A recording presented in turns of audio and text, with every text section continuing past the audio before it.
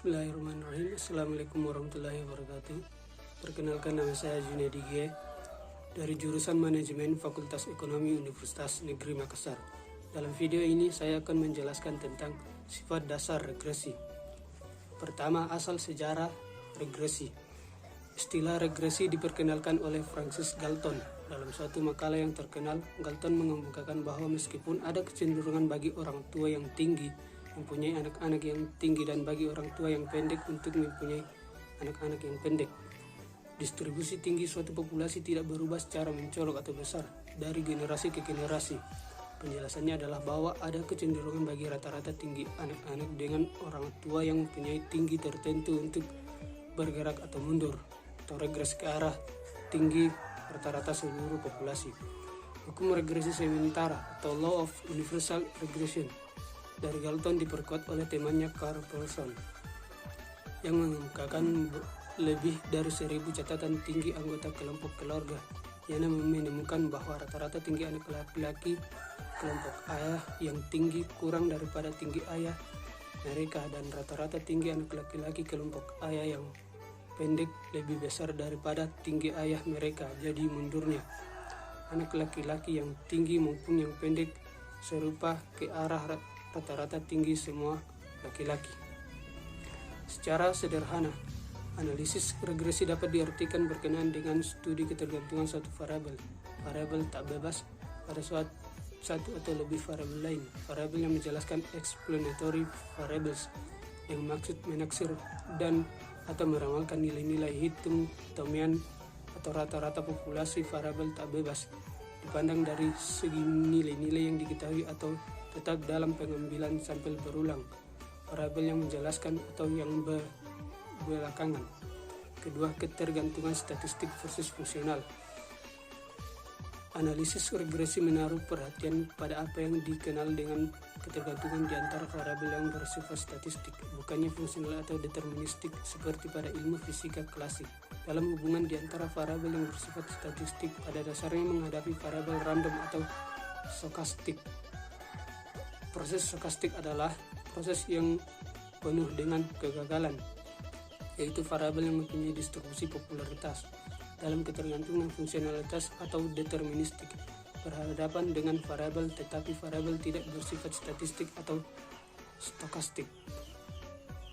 3. Regresi dan sebab akibat. Meskipun analisis regresi berurusan dengan ketergantungan suatu variabel pada variabel lain, ini tidak perlu berarti sebab akibat. Dalam perkataan Kendall dan Stuart, sesuatu hubungan statistik bagaimanapun kuat dan sugestif tidak pernah dapat menetapkan hubungan sebab akibat.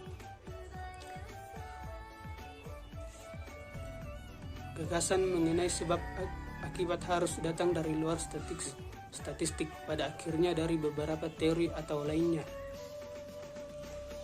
Keempat, regresis versus korelasi.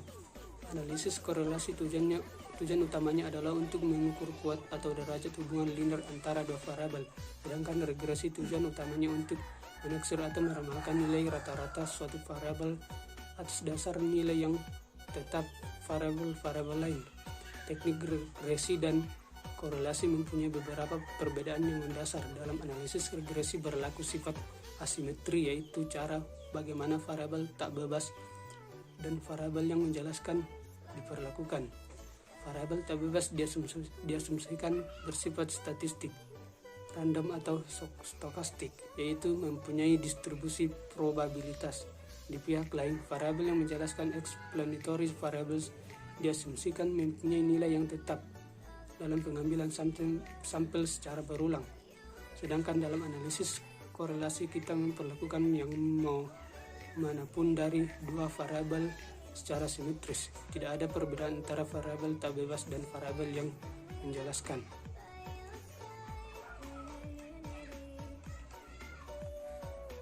Kelima, istilah dan notasi dalam regresi.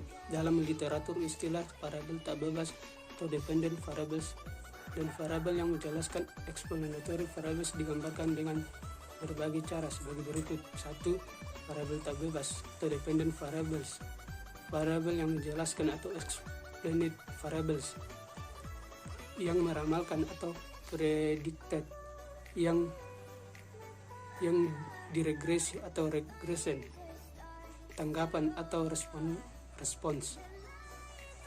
Kedua, variabel yang menjelaskan atau explanatory variables, yaitu variabel bebas atau independent variables, peramal atau prediktor yang meregresi atau regresor, perangsang atau variabel kendali atau stimulus or control variables.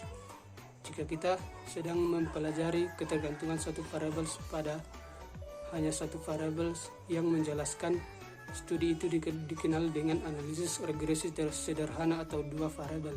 Tetapi kalau kita mempelajari ketergantungan satu variabel pada lebih dari satu variabel yang menjelaskan, maka dikenal sebagai analisis regresi majemuk atau multiple regression analysis. Sekian materi sifat dasar regresi dari saya. Wassalamualaikum warahmatullahi wabarakatuh.